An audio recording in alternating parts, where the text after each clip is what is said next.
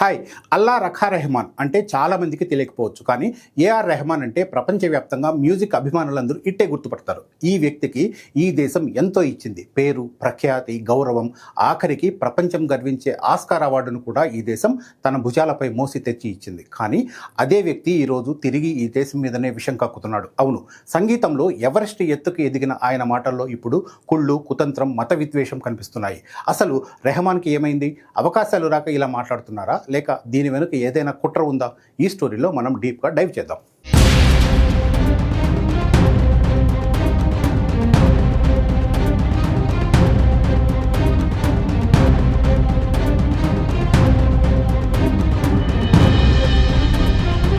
భారతదేశం అనాదిగా కళలను, కళాకారులను అక్కున చేర్చుకున్న పుణ్యభూమి. ఇక్కడ ప్రతిభకు పట్టాభిషేకం జరుగుతుంది. మతం లేదా మందిరాలు చూడకుండా అవకాశాలు వస్తాయి. కానీ దురదృష్టవశాత్తు కొందరు కళాకారులు తమ వైఫల్యాలను కప్పిపుచ్చుకోవడానికి మతాన్ని రక్షణ కవచంగా వాడుతున్నారు.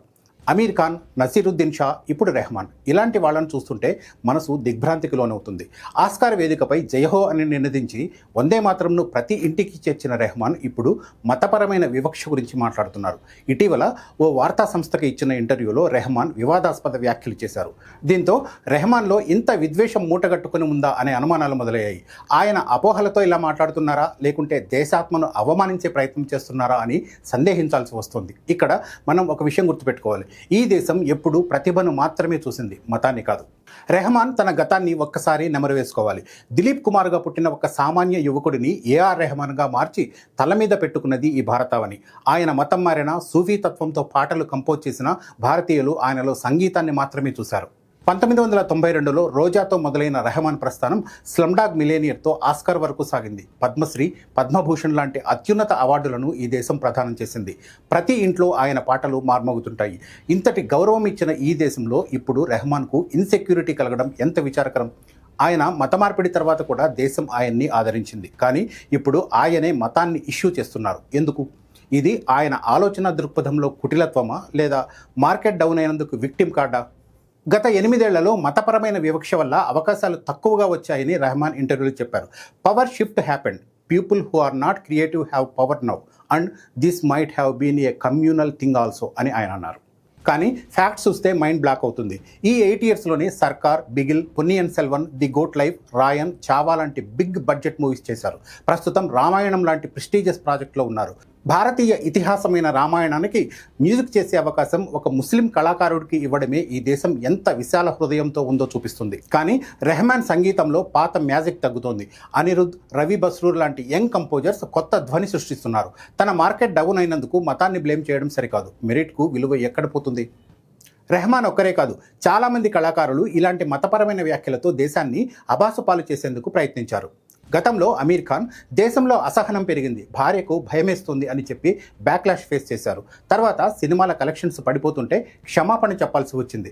నసీరుద్దీన్ షా కూడా పిల్లల భద్రత గురించి భయమేస్తుంది, ఇక్కడ మనిషి కంటే గోవు ప్రాణానికే విలువ అని వివాదాస్పద వ్యాఖ్యలు చేశారు. ప్రకాష్ రాజ్ నిత్యం హిందూ వ్యతిరేకత వెళ్లగక్కుతూ రాజకీయ వైఫల్యాలను వ్యవస్థపై నెట్టేస్తారు. ఇలాంటి సెలబ్రిటీలు దేశం నుంచి లబ్ధి పొంది అంతర్జాతీయ మీడియాలో దేశాన్ని బ్యాడ్ లైట్లో చూపిస్తారు. ఇప్పుడు రెహమాన్ కూడా ఆ లిబరల్ ముసుగులో చేరినట్లు కనిపిస్తుంది. రెహమాన్ ఇంటర్వ్యూలో గత 8 ఏళ్లు అని నొక్కి చెప్పడం వెనుక రాజకీయ కోణం స్పష్టంగా కనిపిస్తుంది. 2014లో అధికార మార్పిడి తర్వాత ఇబ్బందులు మొదలయ్యాయని ఇండైరెక్ట్గా చెప్పారు ఆయన. ఒక అంతర్జాతీయ కళాకారుడు రాజకీయ పార్టీ కార్యకర్తలా మాట్లాడడం శోచనీయం. సృజనాత్మకత లేని వారు నిర్ణయాలు తీసుకుంటున్నారు అని ఎవరిని ఉద్దేశించి అన్నారు? సెన్సార్ బోర్డా? జాతీయ అవార్డుల కమిటీనా? గత 8 ఏళ్లలో ఆర్ఆర్ఆర్, బాహుబలి, కాంతారా లాంటి సినిమాలు ప్రపంచవ్యాప్తంగా సత్తా చాటాయి. ఇవి సృజనాత్మకత లేకుండా వచ్చాయా? వందే మాతరం ఆల్బంతో దేశభక్తిని తట్టిలేపిన రెహమాన్ ఇప్పుడు అదే భారతీయుల మనోభావాలను దెబ్బతీశారు. నాడు చేసిన దేశభక్తి పాటలు మార్కెటింగ్ కోసమేనేమో అనే అనుమానాలు ఇప్పుడు కలుగుతున్నాయి. జయహో అని పలికిన నోటి నుంచి మత వివక్ష అనే పదం రావడం అత్యంత బాధాకరం. విమర్శలు వెల్లువెత్తగానే రెహమాన్ డ్యామేజ్ కంట్రోల్ చేసేందుకు ప్రయత్నించారు. ఇన్స్టాగ్రామ్ వీడియోలో intentions misunderstood, never wish to cause pain, India is inspiration and my home అని చెప్పారు.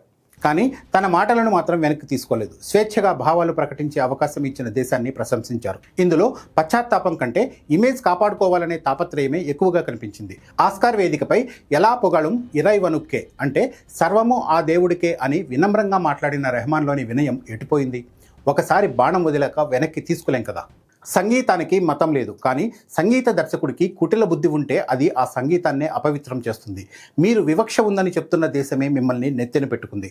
అపోహలతో దేశం మీద బురద చల్లకండి. చరిత్రలో మీ పేరు గొప్ప కంపోజర్గా నిలవాలి, అనుమానపు మనిషిగా కాదు. రెహమాన్ ఎపిసోడ్పై మీరేమనుకుంటున్నారు? మీ అభిప్రాయాలను కామెంట్స్లో షేర్ చేయండి. జై హో, జై భారత్. Thanks for watching.